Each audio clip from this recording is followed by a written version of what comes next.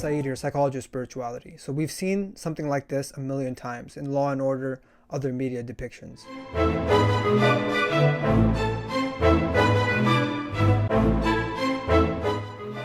Hello, and welcome to the courtroom. Today we'll be going over the basics of proper courtroom behavior, so make yourself comfortable and take some notes. As a general rule, casualness is frowned upon, so leave your shorts, sandals, and sleeveless shirts in your closet and find something more professional to wear, because it is more respectful. It's also advised to tell your clients to wear their cleanest, most appropriate attire. If they're wearing a hat, suggest they take it off. If their shirt is untucked, advise them to tuck it in. Remember, your personal appearance is visible evidence of your respect for the law and the administration of justice. If you have any doubt as to whether your attire is proper for the courtroom, it's best to be cautious and go with something more professional. And it's proven in behavioral science.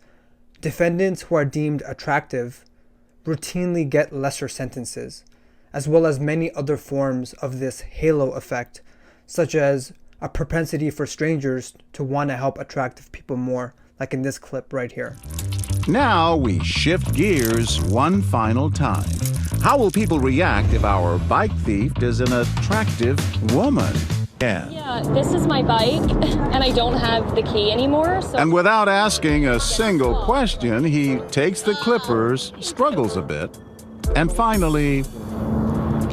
Oh, there it goes. All righty. Enjoy your bike. Thank you so much. He even helps her stow away her tools. Tell us what you were thinking. Somebody needed help, I just helped her. Yeah. The fact that she was an attractive young woman, doesn't matter. You would have helped anyone. Why not? So in today's video, we're going to zero in on the psychology of attraction. What are the components which make up attraction? Situational, extraneous factors, right? Because when we look at someone, it's not just their attractive face, we're also looking at them doing something, engaging with their environment, as well as systematic applications, right? Finally, I'm going to speak personally about utilizing attractiveness as a clinician and what steps I've taken to enhance my own attractiveness, which sounds so egotistical, but it's a useful tool in any endeavor where you're working with people on a one-on-one or any sort of setting. Don't you think you're a little old to be using cheesy pickup lines? Objection. Leading the witness. Wow, Hannah, you're really wearing that dress like you're doing it a favor. Oh, God. That's a line. Me sitting over there for the past 2 hours not being able to take my eyes off of you is a fact. I find you very attractive. Do you find me attractive? She does. I don't. You do. She does. Yes, she does. I don't. Permission to approach the bench? Seriously? Just come on, let me deliver my closing argument. Sure, proceed. Hannah, we live in a physical world, right? Uh-huh. And you're going to age, right? Mm-hmm. I guarantee you this, you're never gonna regret going home with that guy from the bar that one time that was a total tomcat in the sack. But I can't guarantee that you won't not regret it. That's a double negative. You're a double negative. Okay, you know what? It's time to go home. Really? Mm-hmm. Wow, it's forward of you, but okay. Yeah. I'll do it. I T-bowed Saw 3. So, should I get my car or yours? Should I pull the car around? Our first article looks at attractiveness in relation to race and gender, because these are some of the most important elements for any juror. And you can picture yourself being in a jury and looking at a defendant, right? What their attractiveness level is tied in also to race and gender and many other factors.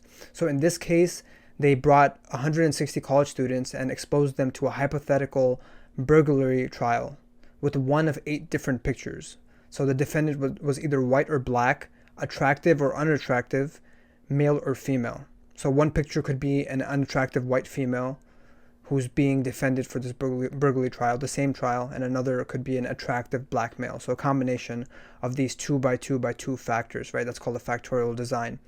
Importantly, they also had equal representation in the sample group, 160 participants and 40 in each subgroup, which like never happens, almost never in the social sciences. So kudos to these researchers. And after reading this made-up case, I also want to zero in on this external validity issue, which is a common problem in psychology, sociology, all the different social sciences. Most articles, and it's like a crazy amount, definitely more than 70%, utilize college students because they're available, they're easy to get, right? They're desperate for college credits. I used it for my thesis here. Our lab uses college students, right? Because research organizations are housed within universities and the closest population are college students. But this presents an external validity issue, right? Universities act as their own little thought bubbles, their own little subcultures. So it may not be true that these behavioral patterns, which are unique to college students, are generalizable to the average human being. And this Mr. McQuaid, college is a wonderful place.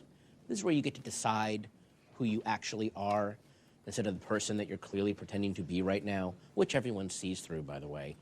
You got to decide, do I just keep doing the same thing, or am I going to choose a different path and question my convictions?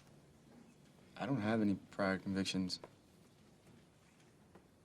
Why are you saying this stuff? That's exactly the answer I wanted, Mr. McQuaid. I want you to question what I'm saying. This is the basis of this whole course. And that's the beauty of college. You can say whatever you want. You can be whatever you want. I mean, I have tenure. I can really say whatever I want. George Washington was a black lesbian. The Eiffel Tower is made of dildos. They can't fire me. I'm indestructible. I'm sleeping with 2 of my students. Her and her, I actually am. Now, just like you did before, I want you right now to say whatever you want. Say whatever you want. Fiatobe. Fiatobe, not a word, but I'm gonna accept it. You can do whatever you want with your life, Mr. McQuaid. The only way you can fail this class is by not becoming who you truly are. Anyways, these college students, these 160 college students, had to circle whether the defendant would receive 1, 5, 10, 15, or 20 years due to this burglary trial. As we would expect, and as has been noted recurrently, attractive people received significantly lesser sentences for committing the same crime, which assumes the halo effect, right? So the halo effect is our tendency to view those with one socially desirable trait, in this case attractiveness, but it can also be social prestige, money, power. We view those who have one socially desirable trait as having many other ones as well. So we're more likely to give them the benefit of the doubt. And we also want to be perceived as good or valuable in their eyes, right? So I don't know, I guess the jurors thought that they'd like bump into them afterwards, like, hey, I'm one of the jurors who got you off. Like, yo, you want to go grab a beer after this or something? My school life is over because now all the guys don't think I'm cute. Dude, we never thought you were cool. That's not true. You're just saying that. No, really. We've always thought you suck. Yeah, nothing's changed. Our opinion of you can't possibly go any lower. You're all just saying that to make me feel better. No, it's true. We've always hated you. Yeah. Don't try and make me feel better, you guys. Wait a minute. Why would you guys be saying stuff to make me feel better? Unless you do think I'm cute. What? If you're all trying to make me feel better, then you must still like me. Oh, phew.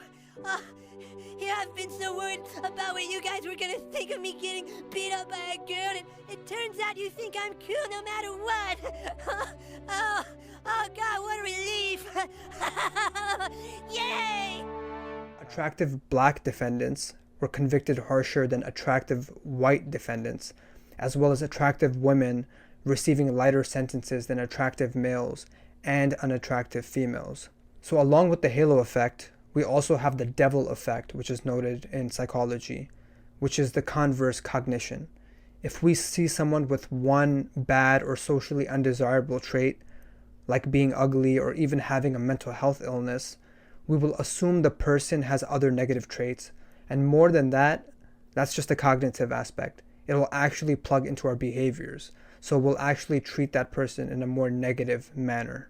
And this isn't just for people, right? You can think about stimulus, which is why so much work is done on marketing and presentation, right? If you go into a restaurant and you haven't heard good word of mouth and it doesn't look nice, right? It's not presentable.